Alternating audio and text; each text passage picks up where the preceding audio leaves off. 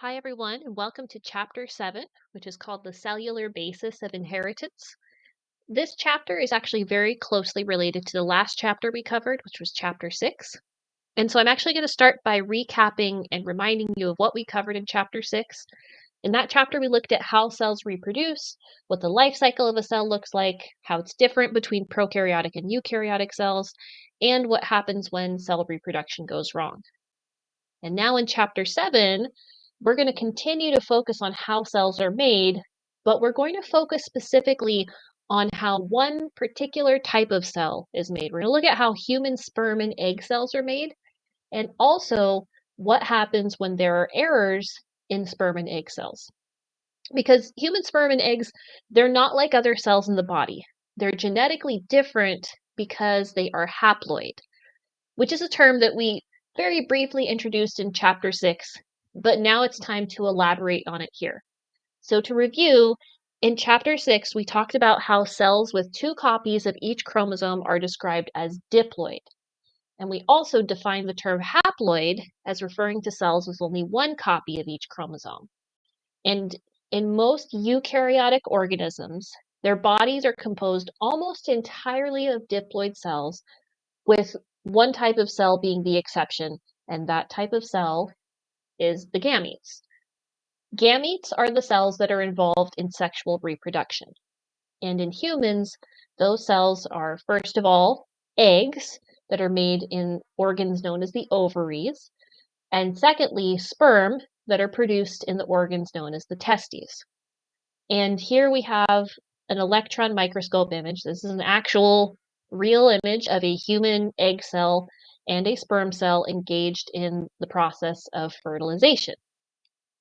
Fertilization is the process of 2 haploid gametes joining together, and fertilization is what produces a zygote.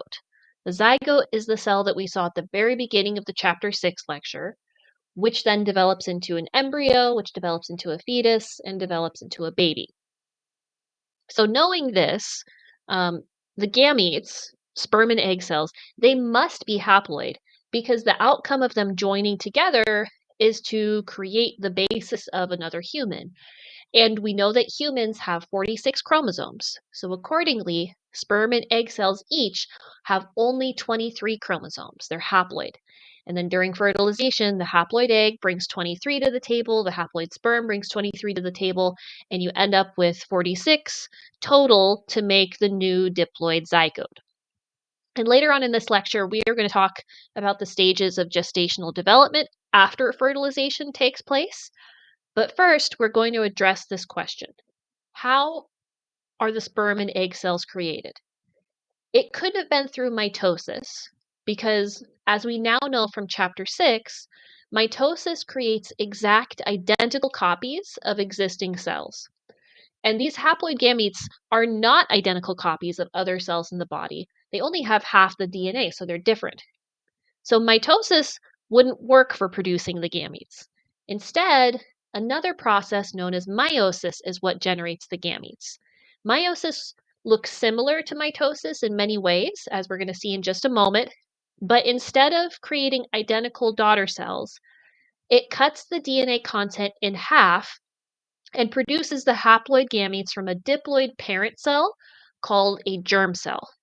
Now, the germ cells are genetically identical to the rest of the cells in your body in that they have 46 chromosomes. But these germ cells, their job is to exist in the ovaries or the testes and serve as the parent cell that gives rise to the sperm or egg cells. And these germ cells, they go through the cell cycle too. They will go through G1, where they grow. They'll go through the S phase and duplicate their DNA, and then through G2, where they accumulate resources for division. Now, in Chapter 6, we learned that the cell spends the majority of its life in these first 3 stages of the cell cycle before beginning the division process. So we also learned that these 3 stages collectively, G1, S, and G2, what are they referred to as? What is the term for G1, S, and G2 together?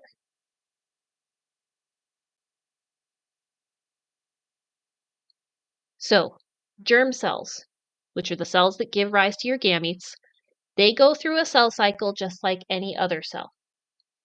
But I hear you asking, wait, why do germ cells have an S phase in their cell cycle?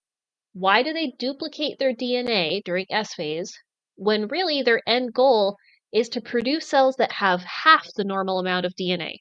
Doesn't that seem like a big waste of time and resources? And all I can say is I agree with you. It is inefficient, but nature is not perfectly efficient. Nature does all sorts of bizarre things that make no sense when you look at them through the lens of logic and efficiency. And we'll talk much more about this in our next unit of content on evolution. But the reality of the situation here is that germ cells do double the amount of DNA before heading into meiosis, and as a consequence, meiosis has to involve two separate cell divisions. There's an initial cell division where the amount of DNA is cut in half once, and that brings us back down to the normal amount of DNA. And then after that division is complete, the cells head straight into a second division where the DNA is cut in half again. And that brings us to the haploid state where the gametes ultimately need to be. So there's two divisions. The first one is known as Meiosis I. The second one is known as Meiosis II. And just like we did with mitosis, we're going to walk through what the steps in these divisions look like. But first, let's do a bit of review to help set the stage, because meiosis is divided up into the same 4 stages that we saw in mitosis. So thinking back to chapter 6, what are the 4 stages of mitosis? Please list them in order.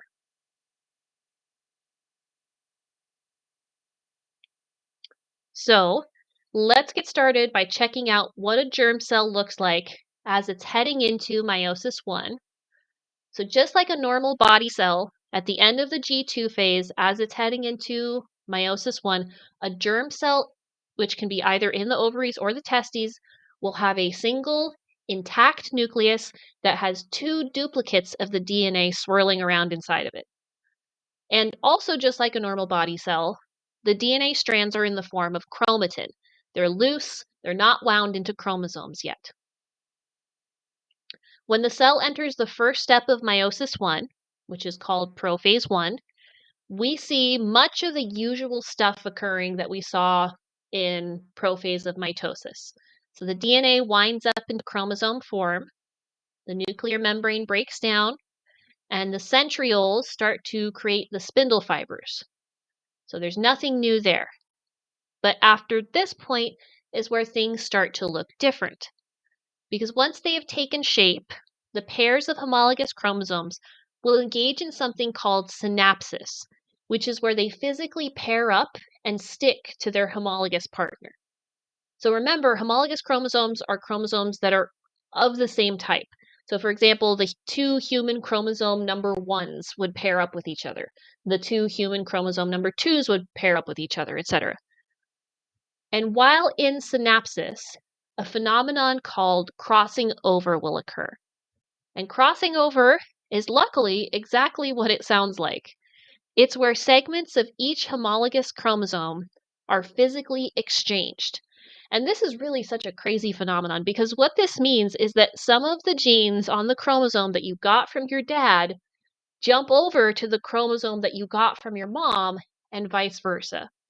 So let's say your dad gave you the gene for brown eyes and your mom gave you the gene for blue eyes. After crossing over, the dad chromosome might have the blue eye gene now, and your mom's chromosome might have the brown eye gene. And note that this will always be the same genes.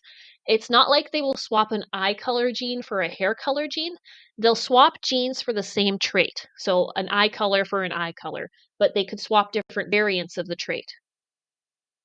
Now, why is this done? What is the biological purpose of this bizarre phenomenon? We're going to talk about that in just a moment. But before we do that, let's tackle a checkpoint that will help us review something about chromosome structure that we learned back in chapter 6. In this illustration, is the P arm or the Q arm of these homologous chromosomes undergoing crossing over?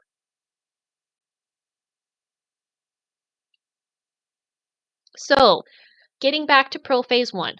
The chromosomes engage in crossing over, and now each chromosome has a combination of its own genes with some that came over from its homologous partner.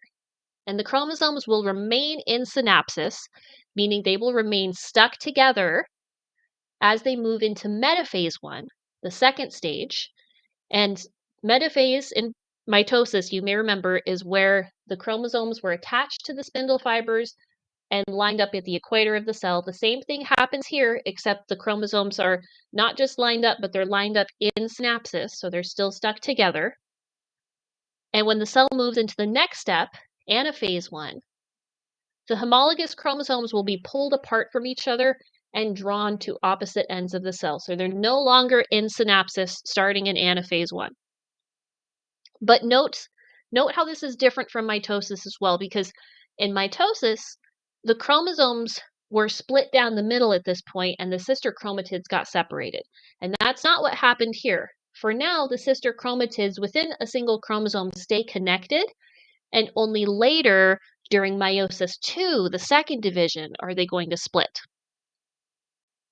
So now, as we move into telophase, the usual stuff that we're already familiar with from mitosis happens.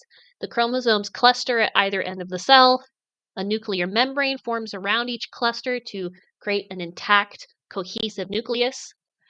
And the chromosomes may go through the process of decondensing and unwinding back into chromatin, but that's not always the case because, as we know, the cell is going to head straight away into another division. So in some organisms, the chromosomes actually remain intact, and in others, they'll go through the trouble of decondensing, which is what you see represented here. And also, as we know, the last step of this cell division is for the actual cell itself to divide.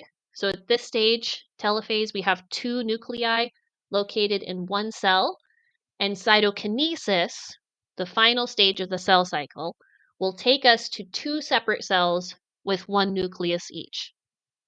So we've now completed the first division, which is, as you now know, Meiosis I. We've generated two daughter cells. The second division is called Meiosis II. So we're going to take each of these two daughter cells that came out of Meiosis I and divide them again. So these two cells that we saw coming out of cytokinesis, these are now going to enter prophase 2, the first stage of Meiosis II. During prophase 2, if the chromosomes decondensed at the end of Meiosis I, here they will recondense again, and the nuclear envelope will also break down, and the centrioles show up again and they do their job of creating the spindle fibers. Then moving into metaphase 2, the chromosomes will attach themselves to the spindle fibers and line up at the equator of the cell. And then moving into anaphase 2, they'll split down the middle and the sister chromatids separate and are pulled to the opposite ends of the cell. So this looks more like what we saw in anaphase of mitosis, where the chromosome splits down the middle. And then in telophase, those chromosomes will cluster at either end of the cell, as usual. A new nuclear membrane will form around each cluster, and then the spindle fiber apparatus breaks down. The last thing we need to happen here is another cytokinesis, because now we have two cells that each have two nuclei, and those two cells will each divide to yield four cells that have one nucleus. And that nucleus is now haploid. It has half the number of chromosomes as where we started. So to really demonstrate this, I'm going to show you a comparison of mitosis and meiosis side by side with each other. So on the top here, we have a summary of the process of regular cell reproduction or somatic cells. And then on the bottom, a summary of gamete production. We haven't defined it yet, but somatic cells are the normal diploid body cells. And these processes both start in very similar ways. The parent cell will go through the cell cycle, and during S phase of the cell cycle, it will duplicate its DNA. So each chromosome grows another pair of arms. This happens in both regular body cells, somatic cells, and in the germ cells, that produce the gametes. Then, if we're talking about somatic cells, normal body cell reproduction, during that process, the two copies of DNA will get separated and sorted out into two separate nuclei and then split into two cells. So as you can see in the top row, the daughter cells, the two daughter cells at the end, they end up being identical to the parent cell. They have the same number of chromosomes, and those chromosomes look identical to the chromosomes that we started with. On the other hand, if we're talking about gamete production, Meiosis I will create two daughter cells that each contain a four-armed chromosome that's been scrambled up because of the process of crossing over. And then Meiosis II will separate those sister chromatids and deliver us four daughter cells that are definitely not identical to the original parent cell that we started with. Because not only do they just have a single chromosome instead of two chromosomes, but the chromosomes that they do have contain a different assortment of genes. They're a blend now. And these are the genes, the ones that are found in the products of meiosis. These are the ones that are going to be passed down to the next generation through sexual reproduction and fertilization. So that was a lot of information.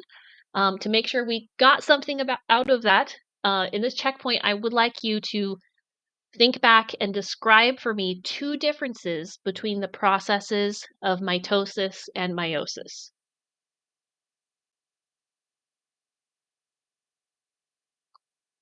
So I promised we would talk about why the germ cells engage in crossing over when they're producing the gametes. Why do they do this? Why do they scramble their DNA, which is something we don't see in mitosis? So now we're going to talk about why. What good is crossing over? What is its purpose? As you can imagine, the phenomenon of crossing over greatly increases genetic diversity seen among an organism's gametes. The different possible variations that can be found in sperm and egg cells is astronomically larger due to crossing over. Without crossing over, there is a limited finite number of different possible ways that chromosomes can sort into the sperm and egg cells. But when crossing over occurs, the different possible combinations of genes that can be packaged and passed down to offspring is virtually infinite, because crossing over can happen an unlimited number of times within a particular pair of homologous chromosomes. So why does that happen? Well, in populations of organisms, diversity is a strength, because when you have a wide variety of different combinations of traits and characteristics within a species, it increases opportunities to adapt to changes in the environment. Because if every member of a species is equipped with the exact same set of genes, that means they're all vulnerable to the same things. They all have the same weaknesses. So a diverse population has better odds of survival because the members have different strengths and different weaknesses that can come into play when environmental conditions change over time, as they inevitably do. An example that you see on the screen here is cichlid fishes. You can see a wide variety of different physical characteristics here, but all of these are considered to belong to the same family of fish. It's just an incredibly diverse family of fish. And cichlids used to be known for being very abundant in Lake Victoria, which is a large lake in eastern Africa. And this was true up until the 1950s, when British colonial powers chose to introduce a predatory fish called the Nile perch to the lake. So this is a foreign species being introduced to the lake. And the reason why they brought it there was because they wanted to use it as a food source that they could fish for. And as you can see in the photo on the right, the Nile perch is very large. The cichlids are very small, and so they really didn't stand a chance. And this introduction was devastating for cichlid populations in the lake because the Nile perch preyed upon them so successfully and aggressively. However, Although cichlid populations have declined by 40% since the 1950s, which is very significant, they haven't been completely wiped out because within their populations, there was so much diversity that some fish had adaptations that allowed them to evade capture by the Nile perch. So, for example, some had color patterns that left them well camouflaged, or some utilized food sources that were found on the shoreline, which is an area that's very hard to reach for the Nile perch because the water's so shallow and it's a big fish, where there's even some varieties of cichlids that carry their babies inside of their mouths in order to prevent the Nile perch from preying on them.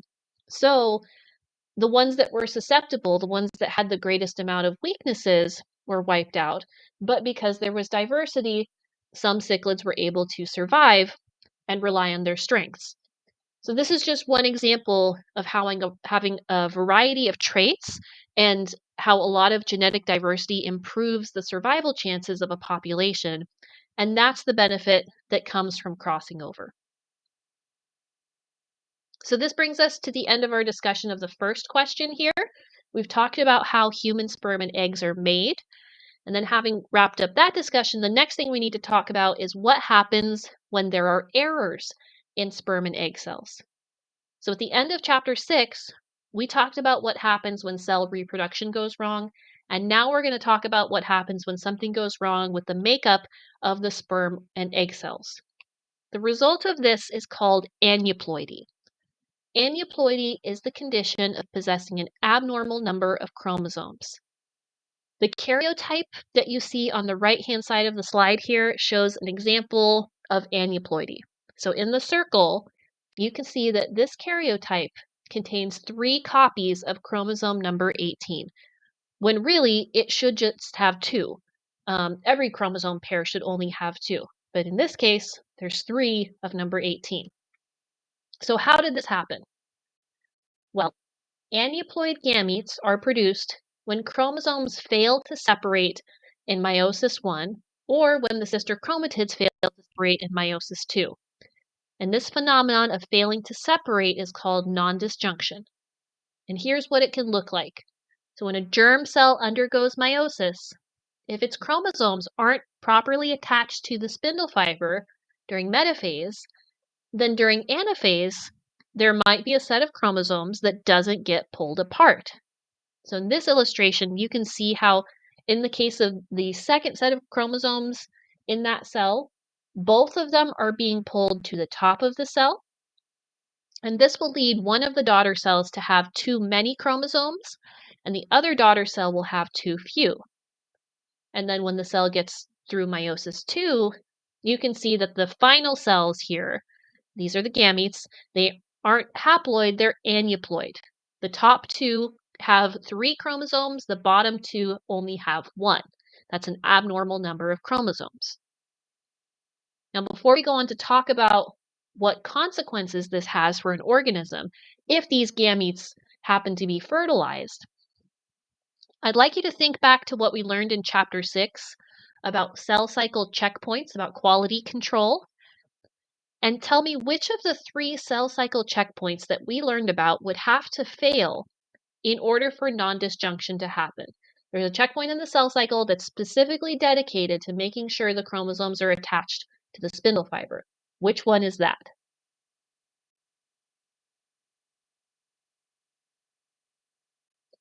Okay, so getting back to the consequences. If these aneuploid gametes go on to be fertilized and create a zygote, create a new organism, then the top ones will lead to a condition called trisomy, which is the possession of 1 extra chromosome. Tri means 3, so that refers to the fact that there are 3 chromosomes here instead of 2, which is what there should be. That's what we saw in the karyotype a few slides back. The individual had trisomy of chromosome 18. The bottom 2 gametes would lead to a condition called monosomy, which is the absence of 1 chromosome. And most of the time, these changes are catastrophic for the offspring that is created and affected by them. Aneuploidy is the most common cause of pregnancy loss, also known as miscarriage.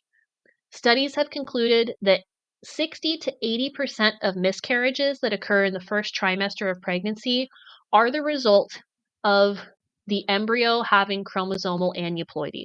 So something that's completely out of control of the parents, just a random error in the genetic makeup of the embryo. All of the autosomal monosomies are fatal before birth. And I just used a word that we haven't seen in a moment because we learned about it in chapter 6. So let's take a moment to review. What is an autosome?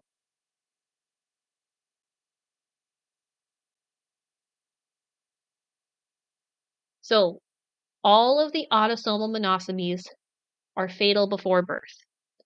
This means that zygotes that are missing one of their autosomes, it doesn't matter which one, any one of them, they simply cannot survive to term because they're missing such a significant amount of DNA. There is one type of monosomy of the sex chromosomes that is survivable, and I'll talk about that in a moment. But it's also the case that most autosomal trisomies are fatal before birth. Out of the 22 autosomes that humans have, there are only 3 that are such that a infant can make it to term and be born with one of these conditions.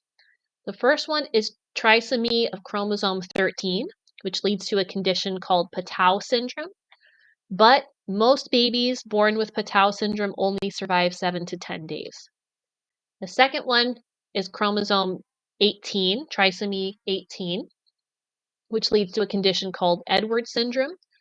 But again, most babies born with Edwards syndrome don't survive longer than a couple of weeks. The only trisomy of the autosomal chromosomes where a person can live and function with this condition is trisomy 21, which leads to Down syndrome. Down syndrome is associated with certain physical characteristics that you see shown in this diagram, as well as intellectual disability, having a high risk of congenital heart disease, and early onset dementia. But despite these challenges, many people with Down syndrome live very fulfilling and independent lives. And one of the reasons why, genetically speaking, it is the case that trisomy 21 has a much better prognosis than the others is because chromosome 21 is the smallest of all of the autosomes. Therefore, having an extra copy of it has less of an impact than the trisomies of other chromosomes, which are larger and contain more genetic information.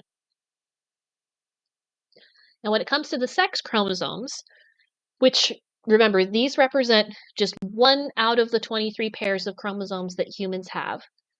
With the sex chromosomes, the picture is a little bit different. There are a variety of aneuploidies of the sex chromosomes that lead to different syndromes or that are actually completely normal. So just as a reminder, there are 2 sex chromosomes, X and Y, and in general, being in possession of 2 X chromosomes leads to a biologically female anatomy, and then being in possession of an X and a Y together leads to a biologically male anatomy. Not always, though, and we'll talk about that on the next slide. But here are some of the variations that can come about from aneuploidy of the sex chromosomes. When a person has 2 X chromosomes along with 1 Y chromosome, this is known as Klinefelter syndrome. People with Klinefelter syndrome typically have a male anatomy, but experience delayed puberty, small testes, infertility, reduced muscle tissue, and developmental delays. Monosomy X is also known as Turner syndrome, and this is where a person has 1 X chromosome, but there's no other sex chromosome to pair it with. People with Turner syndrome typically have a female anatomy, but are marked by short height, delayed puberty, and infertility. Trisomy X is where a person has 3 X chromosomes instead of just 2. And these people usually present as normal female. Most people with trisomy X don't know that they have it. Likewise, a person who has 1 X chromosome accompanied by 2 Y chromosomes presents as a normal male, and most people with this aneuploidy don't realize it. So, as you can see, having extra sex chromosomes isn't as genetically problematic as having extra autosomes. And monosomy X, Turner syndrome, this is the only instance where a person can survive while they're missing an entire chromosome. And while humans can get by on just one X chromosome, they cannot get by on just one Y chromosome. Having a Y chromosome, but the other chromosome is missing, that is lethal. Now, out of these conditions, people who are affected by the first two of them, Klinefelter or Turner syndrome, would be described as intersex individuals. Intersex individuals have some combination of male and female chromosomes, organs, genitals, and/or sex hormones. And this is a broad category that includes more than just people affected by Klinefelter and Turner syndrome. There are many, many ways in which biological sex is not black and white. There's a lot of gray area. We don't have time to cover all of that gray area in this class, but I'm going to mention a few different ways of being intersex other than Turner and Klinefelter. One of these is called chimerism.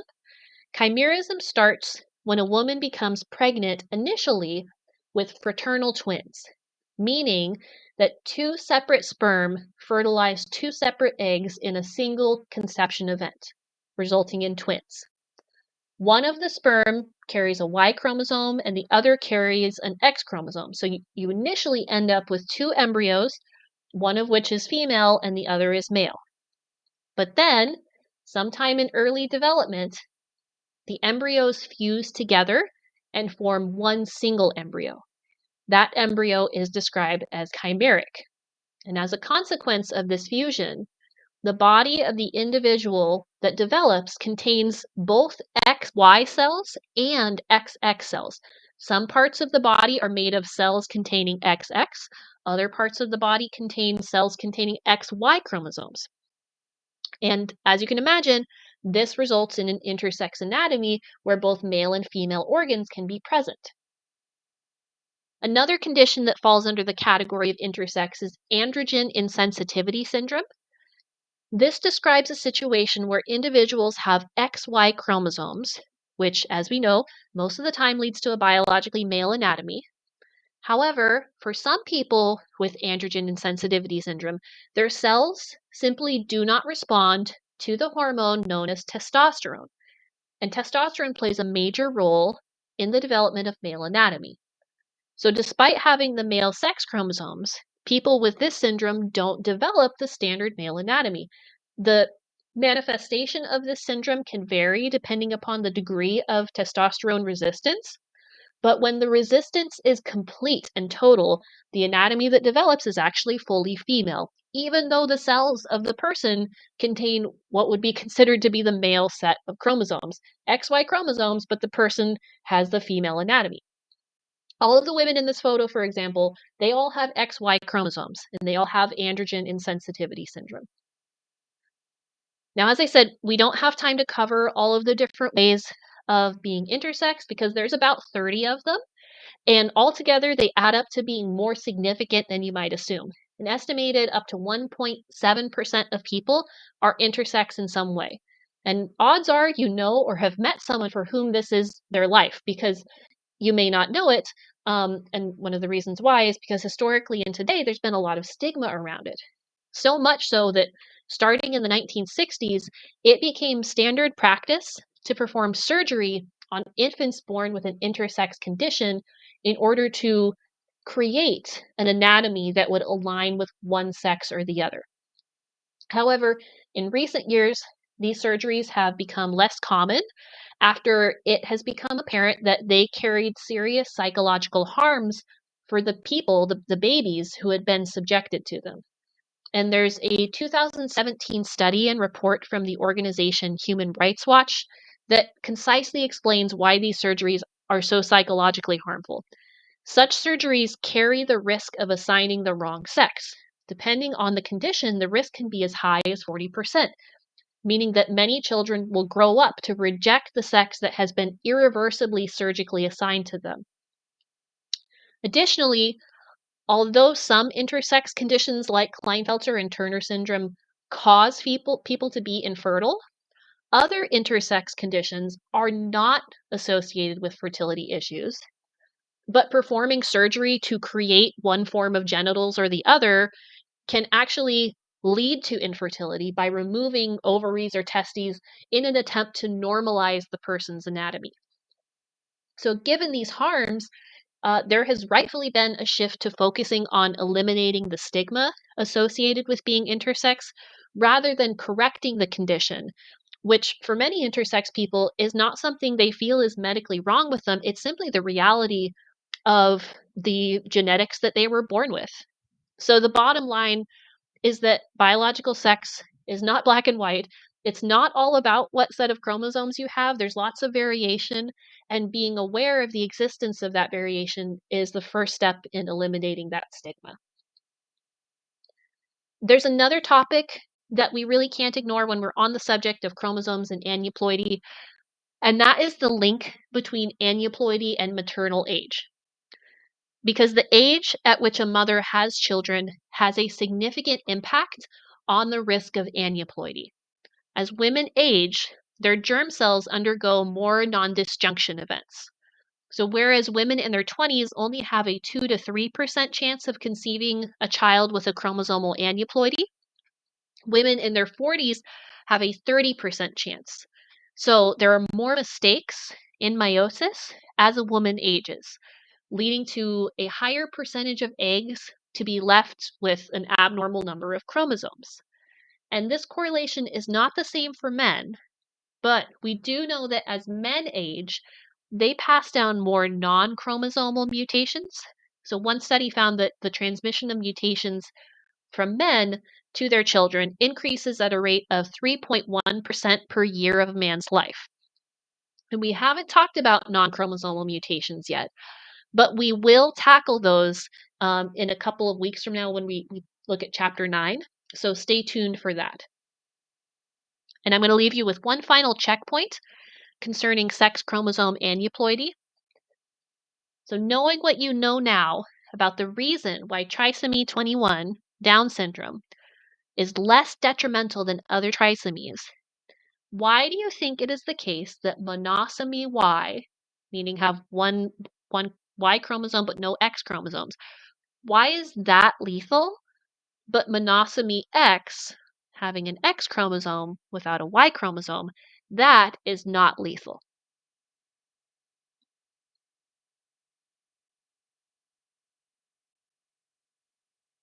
Okay, so looking back at this overview, it might appear as though we are finished with this lecture entirely.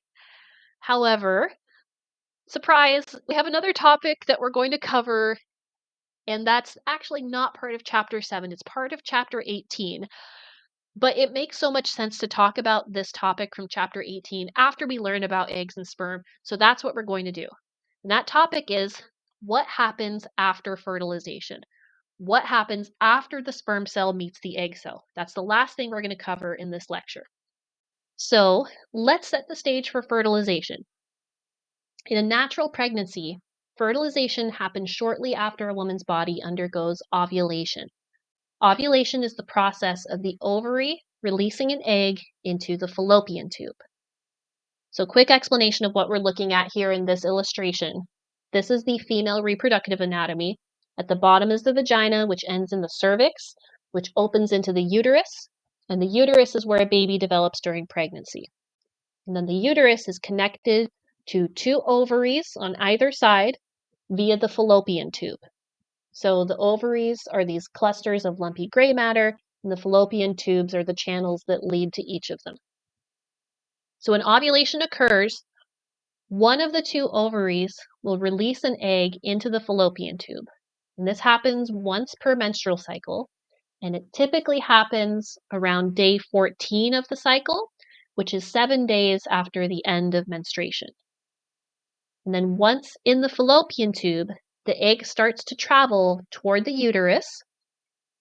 And on its journey, if the egg encounters a sperm cell that has traveled up from the vagina, through the cervix, through the uterus, and into the fallopian tube, then fertilization can occur. Now, of course, this doesn't always happen, and even if intercourse has occurred at the right time, there's still a good chance that the sperm won't reach the egg in the fallopian tube. So if the egg continues through the tube and reaches the uterus without ever encountering a sperm and being fertilized, then the egg will simply dissolve. If fertilization does occur, though, a zygote will form in the fallopian tube. And you probably remember this word zygote because, remember, this is the way we started out our lecture on chapter 6 by showing you this image of a zygote, which is the cell you get when a sperm fertilizes an egg. So after fertilization and creation of the zygote begins to rapidly divide via mitosis. So one cell becomes 2, then 4, then 8, and over the first 4 days, the zygote has been transformed into a cluster of 32 cells. And at this point, it's no longer a zygote, it's called a morula. And while all of this division is happening, the embryo is continuing to travel through the fallopian tube toward the uterus. And if everything goes well, then the embryo will complete its journey to the uterus in about 3 to 5 days. However, the journey to the uterus is not always smooth or even possible. And in some cases, the embryo cannot complete its journey through the fallopian tube to the uterus. Blockages can exist in the fallopian tube that prevent the embryo from getting where it's trying to go. And there are many reasons why these blockages can exist. They can be a congenital abnormality that a woman was born with. They can be the result of scar tissue that was created in a previous surgery. They can be caused by endometriosis, or they can be caused by pelvic inflammatory disease, which is an advanced form of a sexually transmitted infection that has gone untreated. But whatever the cause of the blockage, they can result in something called ectopic pregnancy, which is the growth of an embryo outside of the uterus. And an ectopic pregnancy is, unfortunately, not viable. The embryos involved in ectopic pregnancies will die because the fallopian tubes cannot support normal development. Fallopian tube is not where a baby is supposed to grow. It's supposed to grow in the uterus. But on top of that, an ectopic pregnancy is a life-threatening situation for the woman carrying it because the fallopian tube is also very small. And at a certain point, the embryo can grow so large that the fallopian tube ruptures, which can cause massive internal bleeding. In fact, ectopic pregnancies are the leading cause of maternal death during the first trimester, meaning the first 12 weeks of pregnancy. And they're probably more common than you might think. In the US, about 1 in 40 pregnancies are ectopic. Now, this doesn't mean that 1 in 40 women die in the first trimester, because with proper obstetric care, the ectopic pregnancy can be caught early enough so that it can be removed and eliminated. Early detection and elimination of that trapped embryo is crucial to preventing maternal death in these situations. But let's get back to following the embryo, assuming that it doesn't encounter a blockage. And if all goes well, the embryo will complete its journey to the uterus in about 3 to 5 days. And then, around day 7, the embryo may implant in the wall of the uterus. By this point, the embryo has grown even more, and it's composed of 200 to 300 cells, and it's no longer called a morula, it's called a blastocyst. And just like fertilization doesn't always occur even if conditions are right, implantation doesn't always occur either even if conditions are right. Just because an embryo has been conceived doesn't mean it's going to implant. If implantation does not occur, then the embryo is passed during the next menstrual cycle without there ever having been any signs that it existed. But let's say implantation does occur. The implantation of the blastocyst triggers the release of a hormone called HCG, which stands for human chorionic gonadotropin. HCG is passed in a woman's urine, and this is the hormone that home pregnancy tests have been designed to detect. So the mother's body begins experiencing a surge in HCG, which will continue through the first trimester of pregnancy. And meanwhile, some of the cells in the implanted embryo begin developing into the placenta, which is a special organ that grows in the uterus through which the mother's blood passes to provide the embryo with nutrition and oxygen.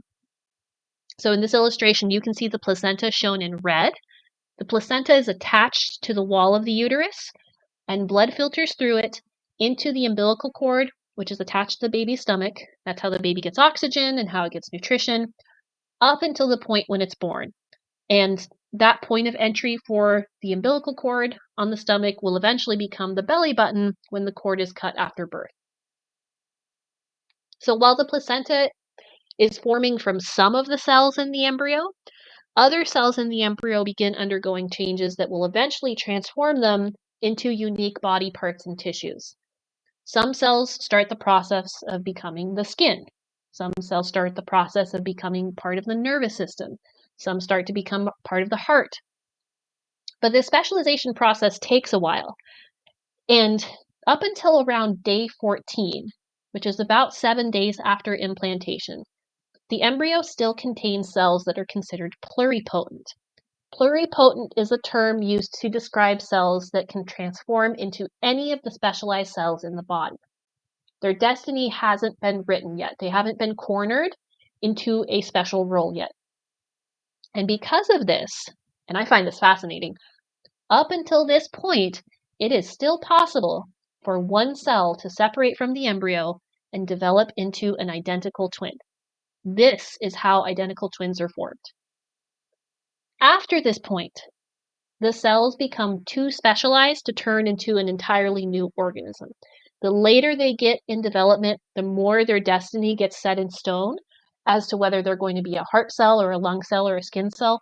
But before this point, each cell could be its own person if it just happens to separate from the rest of the pack. And as far as twins go, this is the less likely scenario by which twins form. The more likely type of twin to exist in the world is fraternal twins, which, as we mentioned earlier, fraternal twins occur when a woman's ovary releases 2 eggs instead of 1 during ovulation, and then 2 sperm cells manage to fertilize them, so you end up with 2 separate embryos. And genetically speaking, fraternal twins are no different from regular siblings. They're made of 2 separate eggs and 2 separate sperm, so they only share about 50% of their DNA with each other. And this is the more common way that twins come about. About 2/3 of twins are fraternal. Only 1/3 are identical. Identical twins share 100% of their DNA with each other because they started out as the same embryo before one or more of the cells decided to break away from the embryo and form a different embryo. Another thing that's fascinating is that this process can also go in the opposite direction, which is known as vanishing twin syndrome. Vanishing twin syndrome occurs when the embryo of one twin stops developing and is reabsorbed by the healthy twin. And this can occur even later in pregnancy, up to the 12th week of the pregnancy, which is the end of the first trimester. So at the end of the first trimester, it's still possible for twin embryos to fuse back together and form one individual. This occurs in an estimated 1 to 8 pregnancies involving multiple embryos. And if the reabsorption occurs early enough in the first trimester, sometimes the existence of the second twin isn't noticed at all prior to the reabsorption. So if a woman gets her first ultrasound after the twin has already been absorbed, then it may never be known that this happened. But one way that it can be detected is from the fact that if the twins that have undergone this reabsorption process, if they were fraternal and not identical, then it results in chimerism, which is that phenomenon we mentioned earlier where a person's body consists of 2 genetically distinct profiles. Some parts of their body may be made of their cells, other parts of their body may be made of their absorbed twin cells. One very well-publicized case of this happening was the case of Lydia Fairchild. So Lydia Fairchild was a single mother who, back in 2002, applied for government assistance for herself and her children. And to qualify for this assistance, she was required to take a maternity test to show that she really was the mother of her children. So her blood was drawn and her DNA was compared to her children to confirm that they were her own, but the test concluded that they were not. The state proceeded to file a lawsuit against her for fraud, but it was later determined that she was a genetic chimera. Her blood cells had been formed from a reabsorbed twin, and therefore they had a different genetic profile that was not consistent with being the mother of her children. When cells were extracted from her cervix and the DNA in those cervical cells was tested, it was determined to be a match to the children, which proved that she really was their mother. So obviously, chimerism threw a major wrench in that case. In this checkpoint, I'd like you to think of other real-life situations where DNA testing is used. Can you think of any other situations where a person being a genetic chimera would lead to some inaccurate conclusions?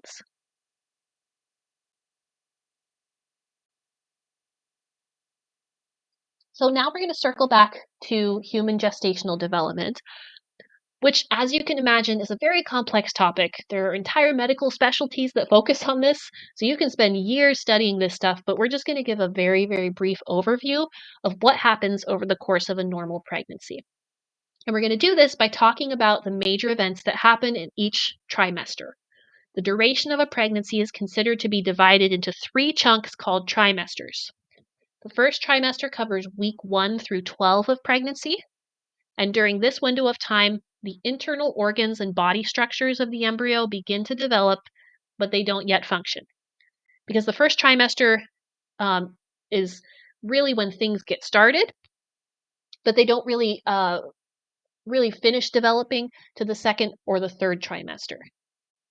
And due to the fact that the organs are undergoing development during this stage, this is also the most dangerous period for the mother to be exposed to any sort of toxins like alcohol or cigarette smoke, because the substances can damage the developing organs and body parts. Starting at week 8, the embryo is no longer considered an embryo. The word fetus is used to refer to it instead. So the image that you see on the slide here shows a human fetus at 9 weeks gestation. And what about the mother? Well, the mother's body is undergoing changes during this time as well. Even though the tummy won't have started to show evidence of the pregnancy yet, the mother will be experiencing major hormonal changes internally, and these often induce nausea, which is often referred to as morning sickness, fatigue, an elevated body temperature, and mood changes. The second trimester begins in week 13 and extends to week 27. During this window, the fetus's organs and body structures continue to develop, and they actually start to function in some cases. So, for example, the fetus begins to have some muscle control and can move. The fetus can hear, and the liver and pancreas begin to function. The fetus also begins to store fat and gain weight. In the mother, the HCG surge ends in the second trimester. So you can see in this graph at the right how the HCG line, which is represented in purple, it peaks during the first trimester, and then it rapidly tapers off. And while her body continues to experience hormonal changes, they occur more gradually. And as a result, many of the symptoms that are associated with the first trimester end up resolving in the second trimester. The third and final trimester covers weeks 28 through 40. During this period, the fetus grows more rapidly than in the first 2 trimesters, so it gains even more fat and gains more weight. The organs and the body structures finish developing, but the lungs are among the last body structures to fully develop. And this is why, for babies that are born prematurely before 34 weeks, they have to be kept in special incubators that provide them with warm, humid air and supplemental oxygen, because their lungs are not yet developed enough to support their bodies without help. This incubator technique was a major breakthrough in saving the lives of babies born prematurely, because before the invention of incubators, premature babies born prior to 28 weeks rarely survived. And nowadays, babies born before 28 weeks have a very good chance of surviving due to a combination of incubator support along with other medical technology. In fact, even very premature babies can often survive with the right technology to support them.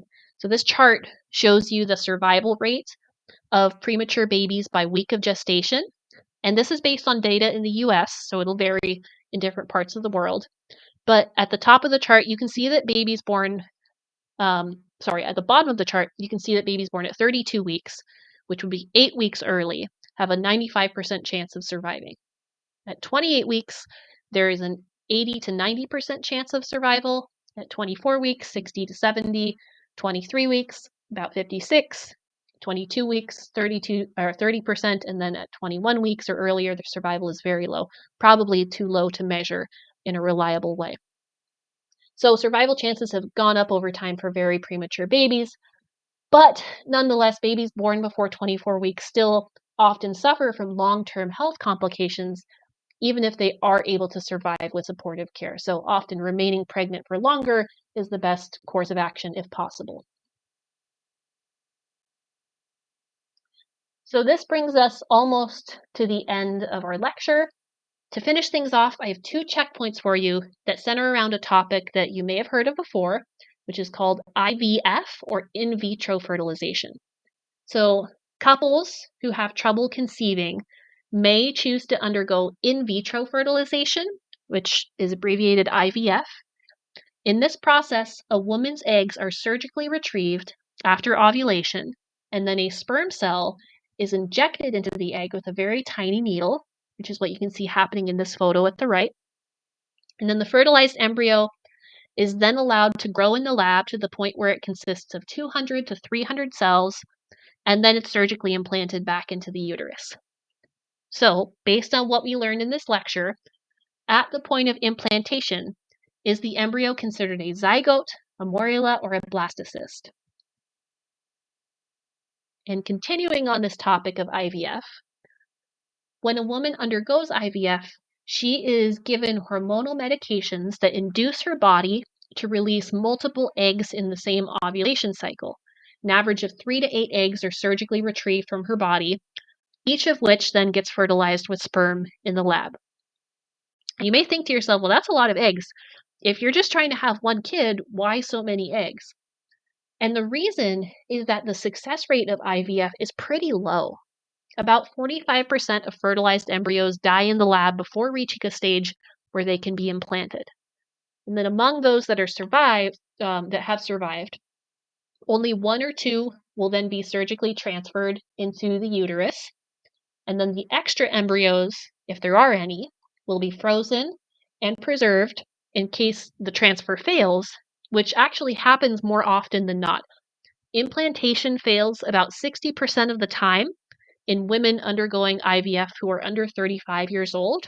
It fails 65% of the time in women who are aged 35 to 40, and up to 90% of the time in women aged over 40. So because failure is so common, if you have extra frozen preserved embryos, then the implantation can be attempted again without the woman having to put her body through the process of generating and surgically retrieving more eggs, which can be very hard and even dangerous. So, as a consequence of how this process works, inevitably there are extra frozen preserved embryos that are hanging around in storage.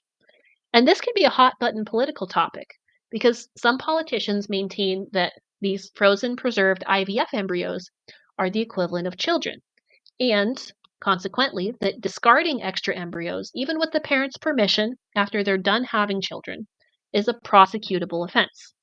So this image at the right is a screen clipping of a news article reporting on the Alabama Supreme Court decision that decided that these IVF embryos are children.